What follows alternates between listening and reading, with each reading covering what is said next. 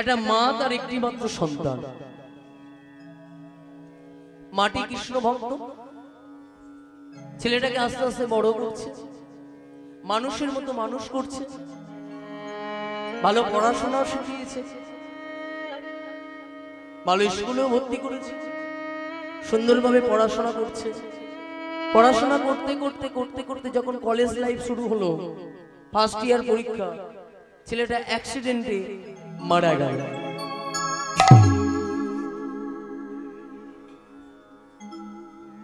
মা শ্রী গোবিন্দের চরণ ধরে কাঁদে আর বলে, প্রভু আমার একমাত্র সন্তানকে তুমি দিলে, একমাত্র সন্তানকে তুমি কেড়ে নিলে, কি পাপ করলাম, কি অপরাধ করলাম বলে দাও। গোবিন্দের চরণ দোকানে জড়িয়ে ধরে পড়ে থাকে। মা মনে মনে ভাবছেন, এই দেখুন রাগ, ভগবানের কাছে অভিমান করবেন কিন্তু কখনো রাগ দেখাতে যাবেন না। ভগবান আমার অভিমান সহ্য করতে পারে কিন্তু কখনো রাগ সহ্য করতে পারে না। একদিন রেগে বলে উঠল, আমার একমাত্র ছেলেকে যখন কেড়ে নিলি, তুলে নিলি, শেষ করলি, আজ থেকে তোর মন্দিরের দরজা বন্ধ করে দিলাম।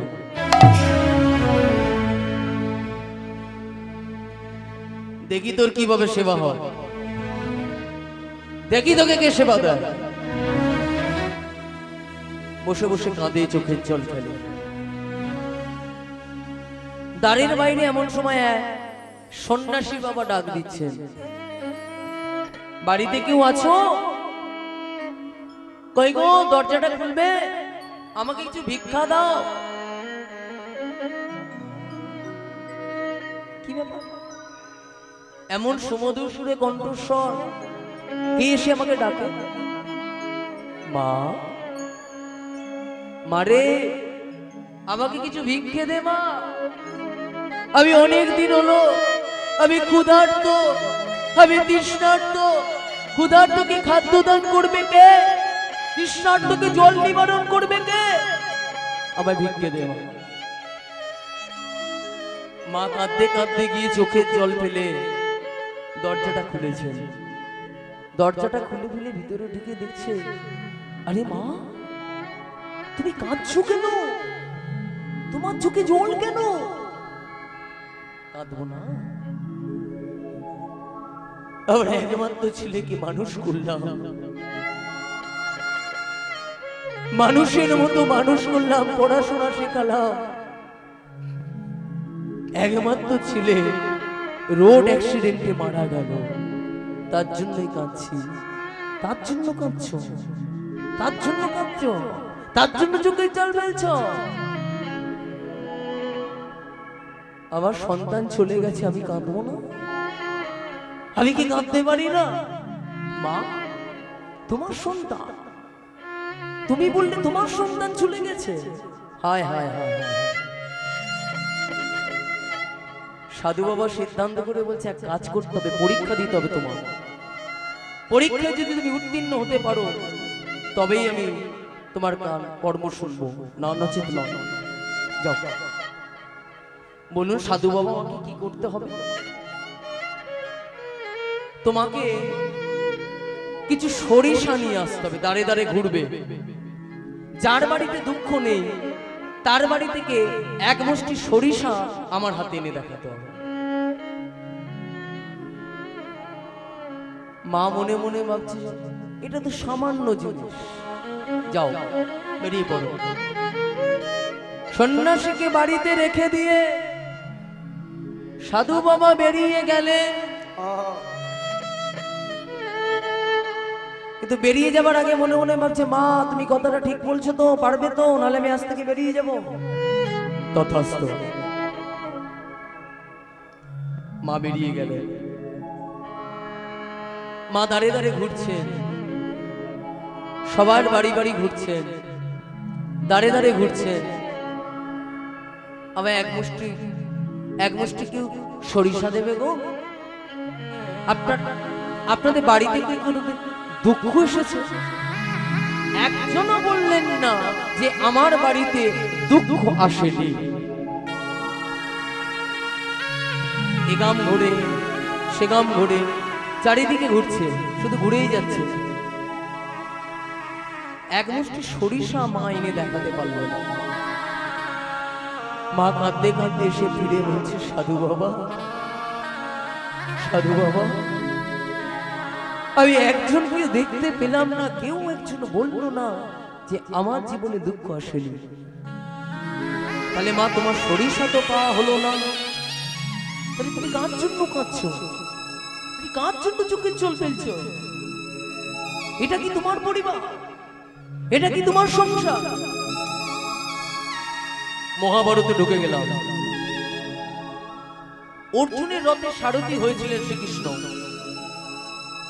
কুরুক্ষেত্রের প্রাঙ্গণে যুদ্ধ শেষ, অর্জুনের হাত থেকে গান্ডীবটা মাটিতে পড়ে গেল। অর্জুন তাকিয়ে দেখছে সব আমার,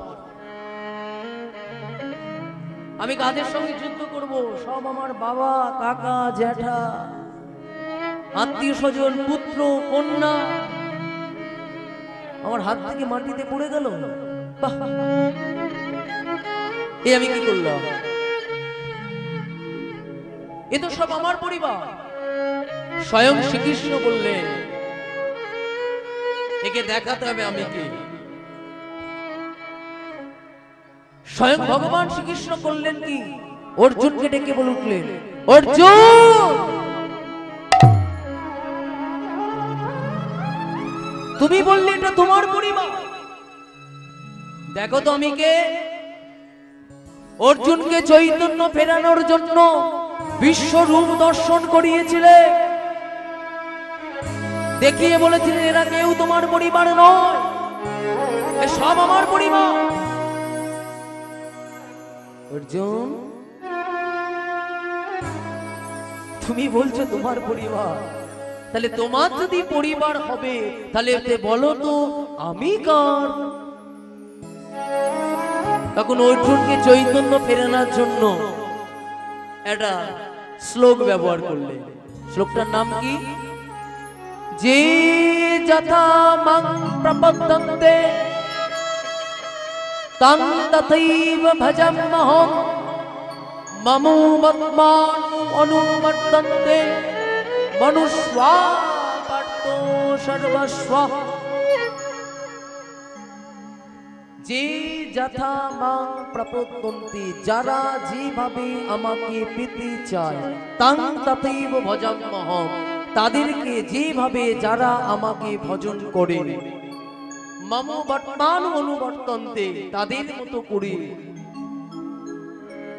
সর্বস্ব পার্থ, আমি তাদেরকে তাদের কাছে ঠিক তাদের মতো ভাবেই ধরা দিই।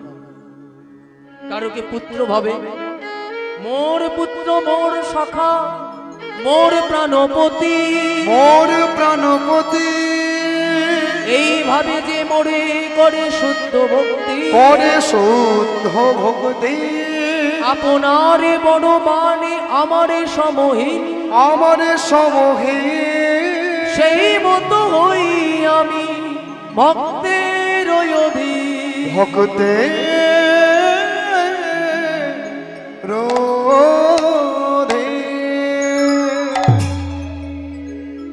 এবার ভাঙানি করে দিই, মন দিয়ে শুনবে।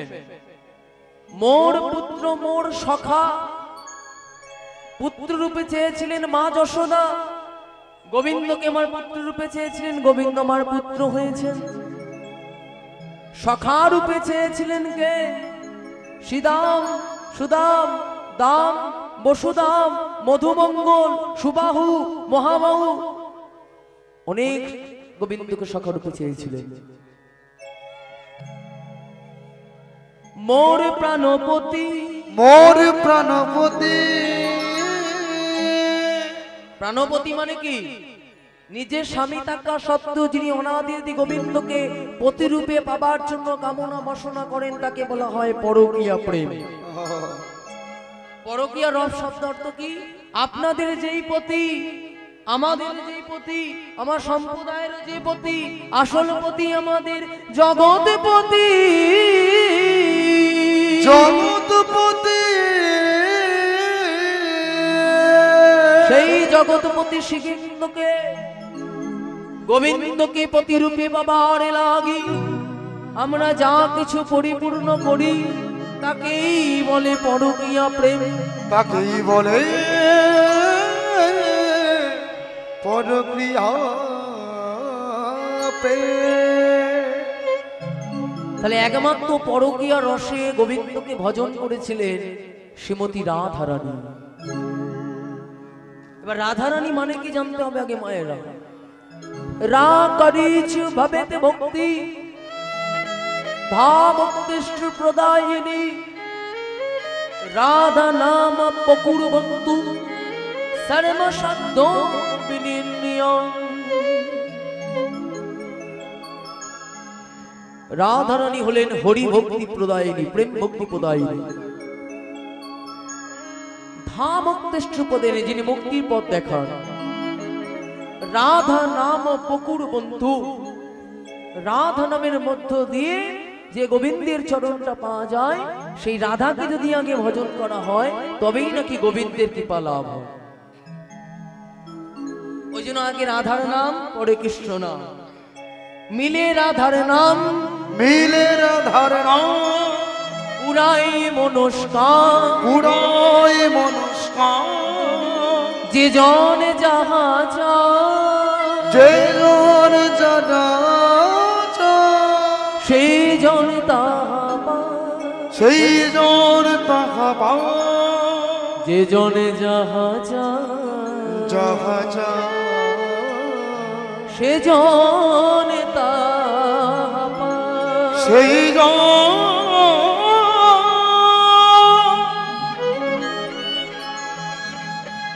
সেই জন তাহা পায়, সেই জন তাহা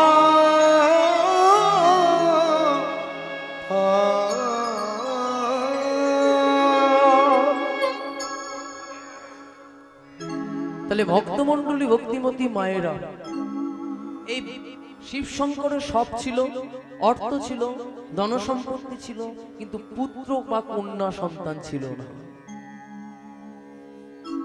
এই মা যোগমায়া করতেন কি জানেন?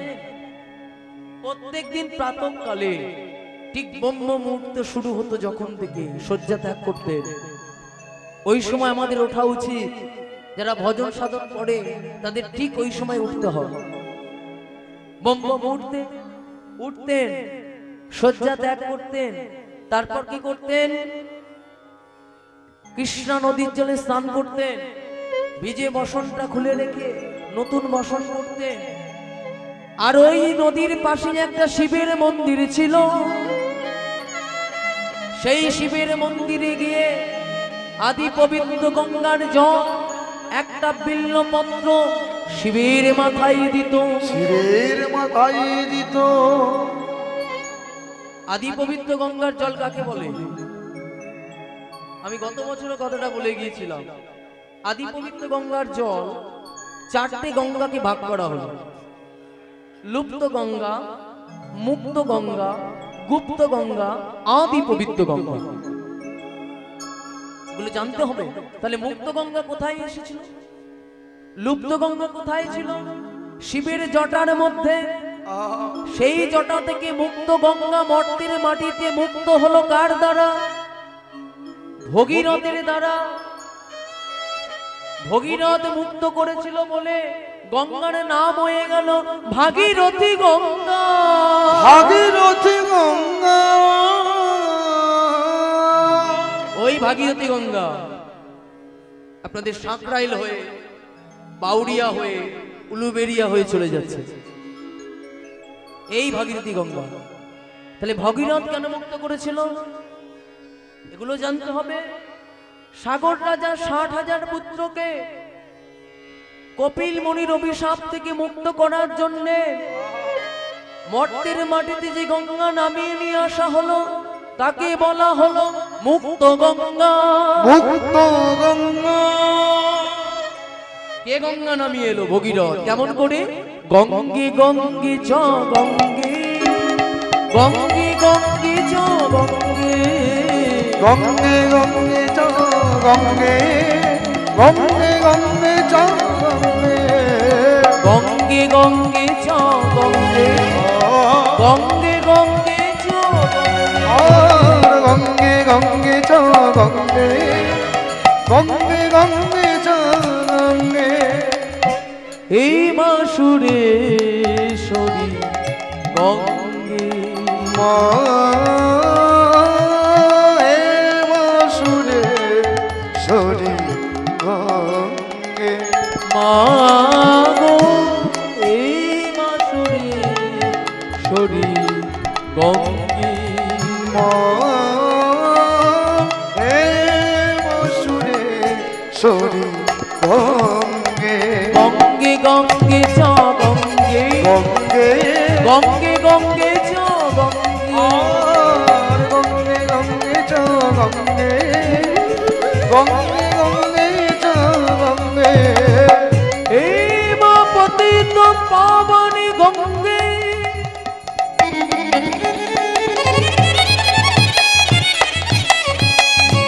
এই মা পতিত পাবনী গঙ্গে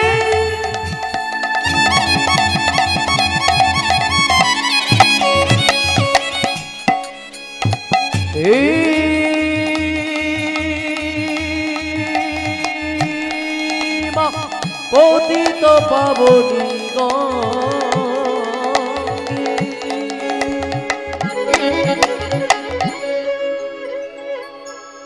এই পতিত পাবনী গঙ্গাকে ডেকে নিয়ে এসেছিল ভগীরথ এনেছিল।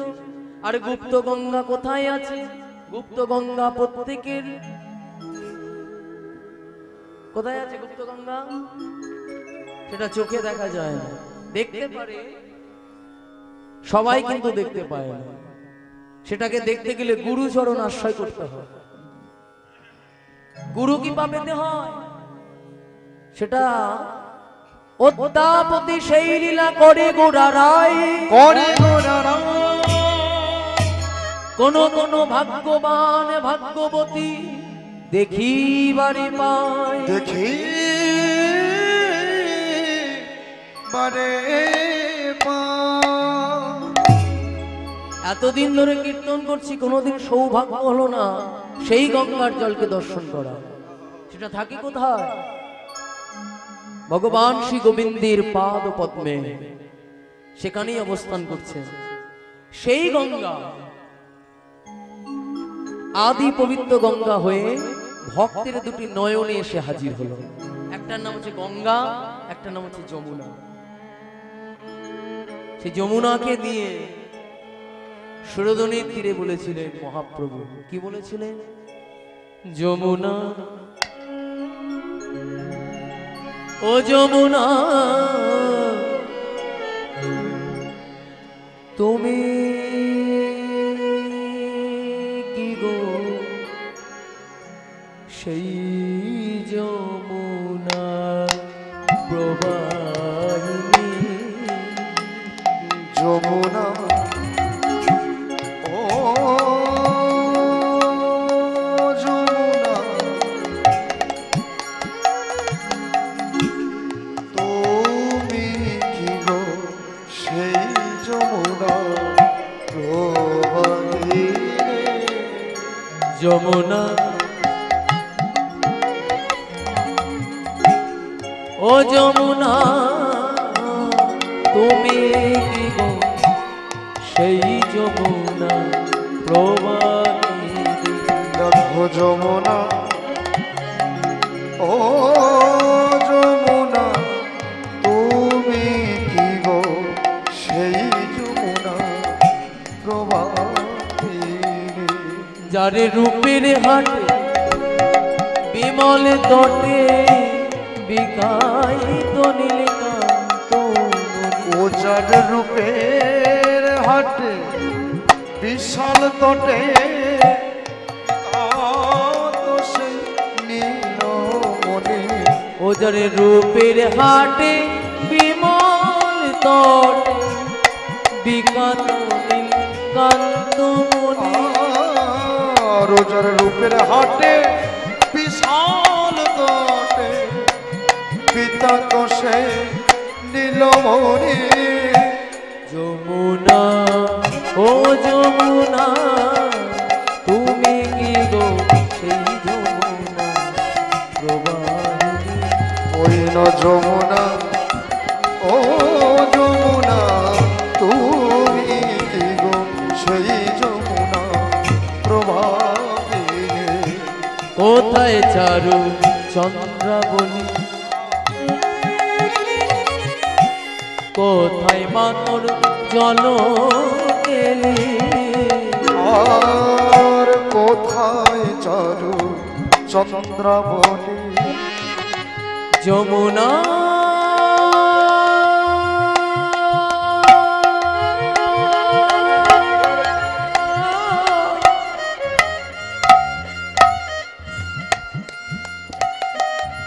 তুই কি রে তুই সেই যমুনা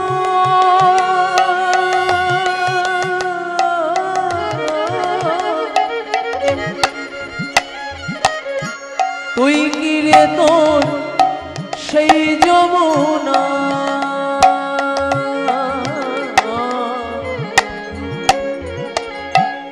কোথায় তারু চন্দ্রাবলী কোথায় মাতর জল গেলি কোথায় চারু চন্দ্রাবলী কোথায় মাত জল গেলি কোথায় রাস বিহারী বংশীধারে কোথায় রাস বিহারী বংশীধারে কোথায় রাস বিহারী বংশীধারে কোথায় রাস বিহারী বংশীধারে বামে রাধা বিনোদিনী যমুনা ও যমুনা তুমি কি গো সেই যমুনা প্রবাহিনী আর যমুনা ও যমুনা তুই কি গো সেই যমুনা প্রবাহিনী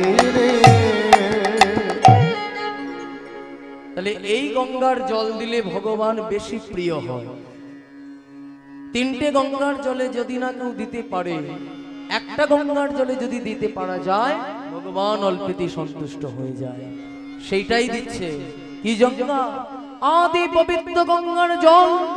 আদি পবিত্র গঙ্গার জল চোখের ঠিক মণিকের মাঝখান দিয়ে যেটা নামে, চোখের ঠিক মণির মাঝখান দিয়ে যোগমায়া নামিয়ে সেই বিল্লপত্রটাকে ধৌত করে শিবের মাথায় দিয়ে বলতেন ওম নমঃ শিবায়, ওম নমঃ শিবায়, ওম নমঃ শিবায়, ওম নমঃ শিবায়। এবারে কাঁদতেন, কাঁদতেন আর কি বলতেন? প্রভু অনেক দিয়েছ, অনেক দিয়েছ, দেয়ার মতো তো কিছুই দাওনি, যেটা দিলে আনন্দ পাওয়া যায় সেটা তুমি আমাকে দাও। হরি বল, হরি বল। সেই শিবের মন্দিরে গিয়ে ভিক্ষার ঝুলি হাতে নিয়ে, কেউ ভিক্ষা দিতে আসবেন না, এই ভিক্ষার ঝুলিটাকে নিয়ে বাবা শিবের মন্দিরে ঢুকে বললেন প্রভু দিতে যদি হয় একটা পুত্র আমার দাও গে প্রভু তোমার সেবার তরে, একটা পুত্র আমার দাও হে প্রভু তোমার সেবার তরে। একটা পুত্র আমার দাও হে প্রভু তোমার সেবার তরে, একটা পুত্র আমার দাও হে প্রভু তোমার সেবার তরে। ভক্তমণ্ডলী, ভক্তিমতী মায়েরা, আমরা অনেকে পুত্র চাই কিন্তু কন্যা চাই না। কেন? কন্যাকে বিয়ে দিতে হবে, পরের বাড়িতে পাঠাতে হবে, সেই জন্য আমরা চাই না। আর পুত্র যেরকম অধিকার, কন্যারও সেরকম অধিকার। পুত্র মানে কি? পু শব্দে নর, ত্র শব্দে ত্রাণ। যিনি পিতা মাতাকে নরক থেকে ত্রাণ করে। ওই যে 10 দিন 12 দিনের মাথায় যে কাজগুলো করা হয়, নরক থেকে ত্রাণ করা পুত্র। কিন্তু মেয়েরাও পারে। কোন মেয়ে পারবে? যে মেয়ের বিবাহ হলো না সে পারে। বিয়ে হয়ে গেলে ভিন্ন গোত্রে চলে যায়, তার দ্বারা করা হয় না। তার দ্বারা করতে হয় 4 দিনে কাজ, চতুর্থী। কিন্তু পুত্র যেরকম অধিকার, কন্যারও সেমি অধিকার। কিন্তু একটা কথা বলে কি যায়, পুত্র কিন্তু মুখাগ্নি করতে পারবে না, কিন্তু পিণ্ডদান করতে পারবে। পিণ্ডদান করার সময় কি বলবে? পুত্র সম পিণ্ডাং দাদামি, আমি তোমার পুত্র সহ পিণ্ড দান করলাম। তাহলে এ চাইছে কেন? কেন চাইছে? তোমার সেবার তরে একটি পুত্র আমার দাও হে প্রভু তোমার সেবার তরে। যেদিন থাকিব নয়ন এই ভাবে রাগবে তোমায় ধরে। যেদিনে থাকব নয়া এইভাবে রাগবে তোমায় ধরে। যেদিন থাকিব নয়ন এই ভাবে রাগবে তোমায় ধরে। যেদিনে থাকব নয়া এইভাবে রাগবে তোমায় ধরে। একটা পুত্র আমায় দাও হে প্রভু তোমার সেবার তরে। একটা পুত্র আমায় দাও হে প্রভু তোমার সেবার তরে।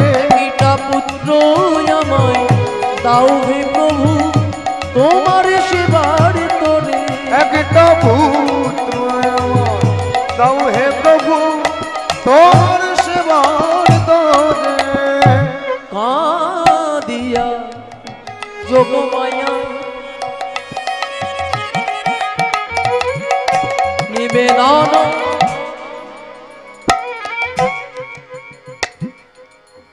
নিবেদন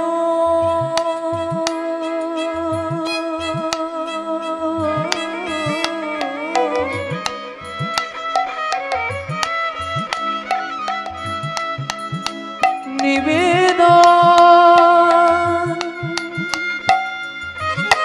নিবেদন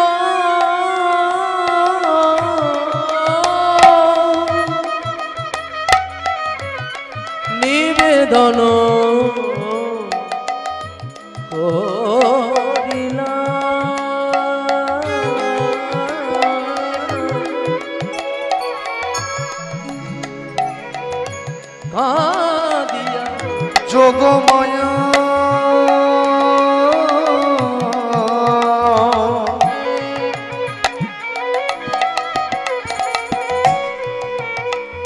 দেখো নিবেদন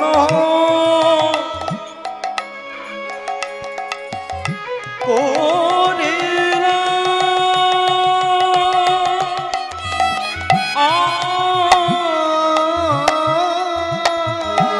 অন্তর্যামী কৃপাময়, অন্তর্যামী কৃপাময়, অন্তরে জানিলা পুত্র আমায় দাও হে প্রভু তোমার সেবার তরে।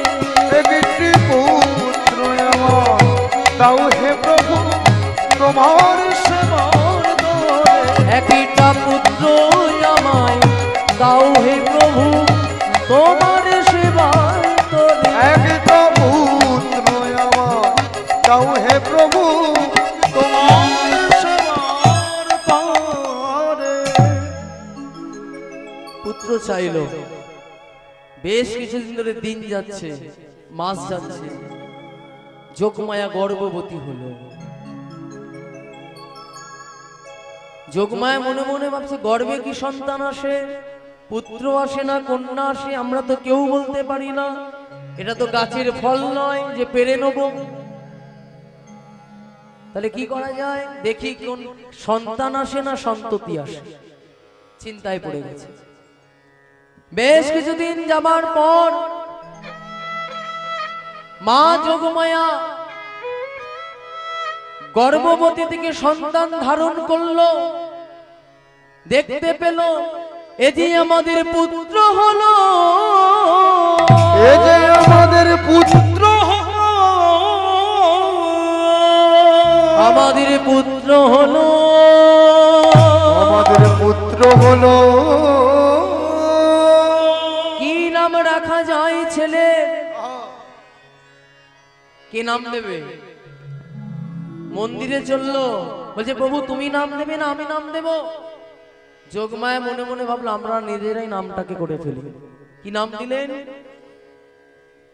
যোগমায়া মনে মনে ভাবলেন আমি যে এতদিন ধরে বিল্লপত্র ছাপালাম, নয়ন বাড়ি দিলাম, বিল্লপত্রের শক্তি। আর শিব শঙ্কর মনে মনে ভাবলো এই যেন জগতের মঙ্গল সাধন করতে পারে।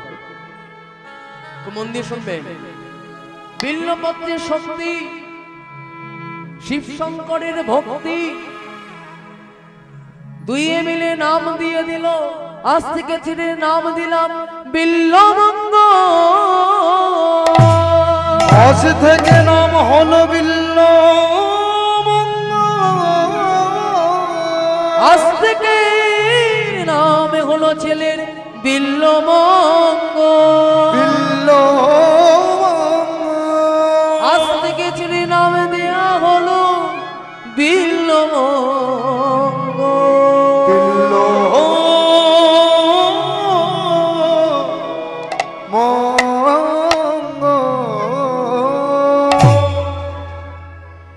বিল্লমঙ্গল নাম হয়ে গেল।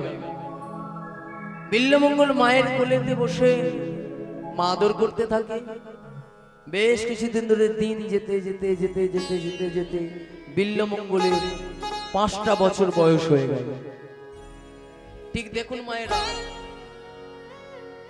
এই সময় বিল্লমঙ্গলের মা বিল্লমঙ্গলকে রেখে দিয়ে ইহলোক ত্যাগ করে পরলোকে চলে গেল। দেখলেন, এতক্ষণ বাপ বলছিল না আমার যে ধন সম্পত্তি রেখে দিয়ে যাচ্ছে সব ভোগ করবে। দেখুন ভোগ কিরম ভাবে হচ্ছে। মা রেখে দিয়ে ইহলোক ত্যাগ করে ছেলেকে পরলোকে পাঠিয়ে দিল। ছেলে আস্তে আস্তে বড় হচ্ছে। বিল্লমঙ্গল 5 বছর বয়স, কোনো ভুরুক্ষেপ নয়। সে তো জানে না তখন তার কি ঘটনা ঘটতে চলেছে। এই 5 বছর বয়সে বিল্লমঙ্গলের একটা চরম দুর্দশা এসে দাঁড়ালো। মা চলে গেল, শ্মশানে শুয়ে দেয়া হয়েছে। বিল্লমঙ্গল সবাই মিলে যাচ্ছে, বলো হরি হরি বল, বলো হরি হরি বল, বলো হরি। হরি বল। কাঠ দিয়ে চিতা সাজানো হয়েছে। বিল্লমঙ্গলকে তখনও মুখাগ্নি করার ক্ষমতা নেই। তাই করলো কি, পাড়া প্রতিবেশীরা বলল ওরে বিল্ল তুই দূরে দাঁড়িয়ে থাক। আর সেই 7 পাক ঘোরানো হলো। পাড়া প্রতিবেশী 7 পাক ঘুরে যেই মাত্র বিল্লমঙ্গলের মুখে অগ্নি সংযোগ করানো হলো, বিল্লমঙ্গলের মায়ের মুখে যেই মাত্র অগ্নিটা দেয়া হলো, দাও দাও করে জ্বলে উঠল। শেষ চিৎকার করে বলে উঠল আমার মা গো, আমার মা,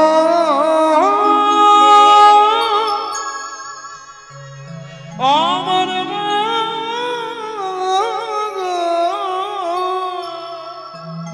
ও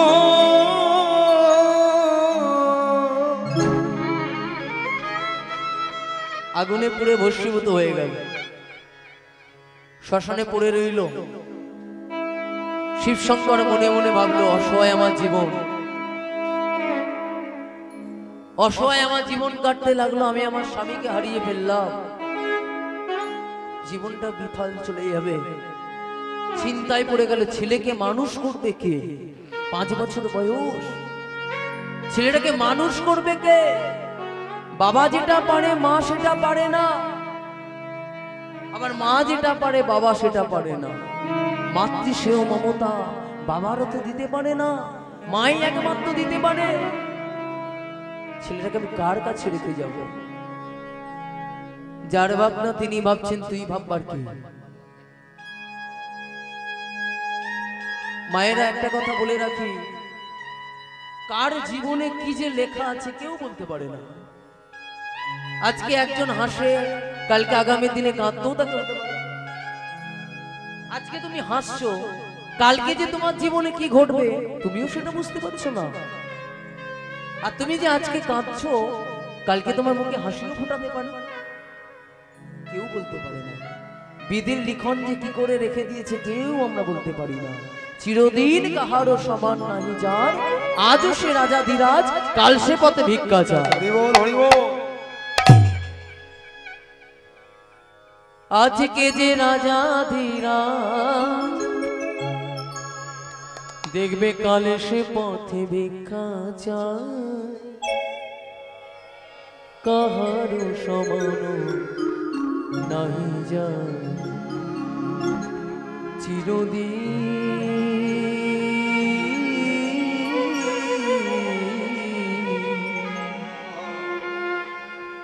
কাহারও সমান নাহি যায়। অবতার শ্রী রামচন্দ্র ভাগ্য দোষে গেল বনে, মহারাজ হরিশ্চন্দ্র চণ্ডাল বেশে এলো শ্মশানে। আজকে যে রাজা ধীরাজ, আজকে যে রাজা ধীরাজ, কালে সে পথে ভিক্ষাচার। কাহারও সমান নাহি যায়, চিরদিন